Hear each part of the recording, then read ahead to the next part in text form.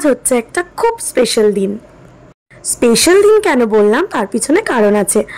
I hope তোমরা জেনেও গেছো কেন। আজ হচ্ছে আমার ভাইয়ের বার্থডে, আর সকাল সকাল উঠেই মা লাঞ্চের জন্য সব রান্না বান্না স্টার্ট করে দিয়েছে। আর আজকে আমিও তো তাড়াতাড়ি উঠেছি, তার সাথে ভাইকেও তুলে দিয়েছিলাম। আর আমি এখানে রেডিও হয়ে গেছি ভাইকে নিয়ে একটুখানি বেরোবো বলে। আর বিছানাটা একদমই অ্যাভয়েড করো, খুব বাজে অবস্থা ছিল। মিষ্টি বাবা কিনেই এনেছিল, আর আমি মিষ্টিটা নিয়ে পুজো দিতে গেছিলাম ভাইয়ের জন্য, যেহেতু ভাইয়ের বার্থডে ছিল। পুজো দিয়ে নিয়ে ভাইকে নিয়ে গেছিলাম ট্রামডিপু কেক কিনতে।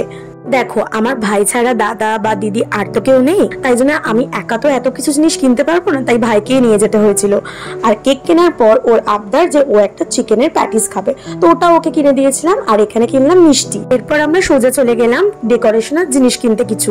তারপরে আমরা রিক্সাতে উঠে বাড়ি ফিরছিলাম। আর আমার গিফটটা ওর জন্য ডিউ আছে, ওকে এখনো অব্দি দেওয়া হয়নি, বাট আমি দেবো। আর বাড়ি ফিরলাম তখন বাজে 12:30। রান্না মোটামুটি শেষের দিকেই। আর আমি বলেছিলাম যে ভাইয়ের জন্য আমি চিকেনটা বানাবো, তাই মা ওটা করেনি, আমি বানিয়েছিলাম। আর এইদিকে রাতের জন্য অনেকগুলো লেগ পিস আনা হয়েছিল, তো ওইগুলোকে আমরা ড্রামস্টিক হিসেবে স্ন্যাক্সে সার্ভ করবো বলে ওটার জন্য আমরা ম্যারিনেটটা সকালেই করে রেখেছিলাম, মানে সকাল নয় বেলাতেই করে রেখেছিলাম। তারপরে চান টান করে একটু এসিটা চালিয়ে বসলাম সবে। তারপরেই মা বললো যে এবার খেতে দিতে হবে, তাই আমি চলে এলাম সাজিয়ে দেওয়ার জন্যে। ছিল ভাত, লেবু, লঙ্কা আর 5 রকমের ভাজা, তার সাথে ডাল, দই, পমফ্রেট আর কাতলা মাছের কালিয়াও ছিল।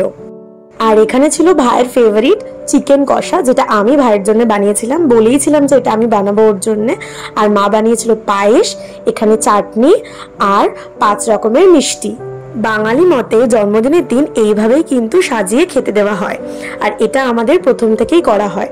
শুধু আমার ভাইয়ের জন্মদিনে না, আমার জন্মদিনেও দেওয়া হয়।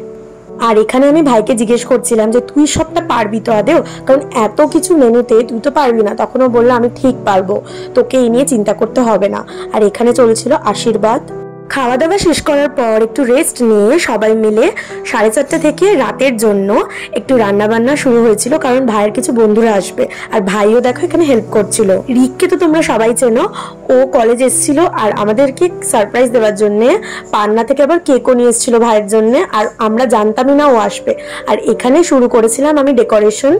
ভাইকেও কিন্তু বার্থডের দিন একটু খাটিয়েছিলাম, কারণ আমি তো সব একা পারিনি, ওর কিন্তু বেলুনগুলো ফোলাতে আমাকে সাহায্য করেছিল। আর এখানে মোটামুটি একটুই ডেকোরেশন করেছিলাম, দেখো বেশ ভালোই লাগছে। এবারের বার্থডেটাও সেরকম ভাবে হয়নি, কারণ আমার একটা আঙ্কেলের একটা দুর্ঘটনা হয়েছিল, মানে বাড়িতে আগুন লেগে গেছিল, তার জন্য সবার মন খারাপ ছিল খুব, তাই জন্য সেইভাবে কাউকে বলা হয়নি, ভাইয়ের কটা বন্ধুকেই বলা হয়েছিল।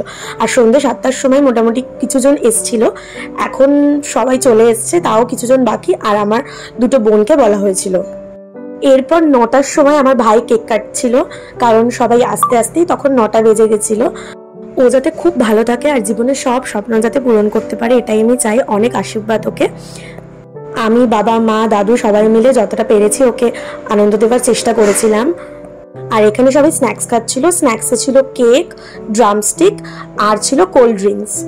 তারপর গল্পগুজব পড়ার পর সবাই চলে যাওয়ার পর আমি খেতে বসেছিলাম। ছিল ফ্রাইড রাইস, চিকেন আর আইসক্রিম। তো চলো আজকের মতো এইটুকুই, টাটা।